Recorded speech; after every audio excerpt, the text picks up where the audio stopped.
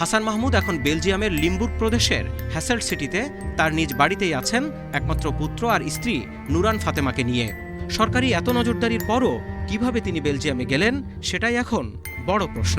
জানা যায়, হাসান মাহমুদ ঢাকা থেকে সরাসরি বেলজিয়ামে যাননি। এমিরাতের ফ্লাইটে তিনি দুবাই হয়ে প্রথমে জার্মানির ডসেলড্রপ বিমানবন্দরে যান গত ২৬ আগস্ট বিকেল ৩:৩০টায়।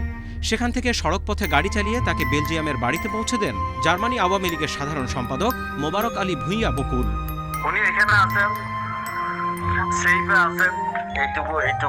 ৩১ আগস্ট রাত 10:30টার সময় আমাকে ফোন দিয়েছিলেন।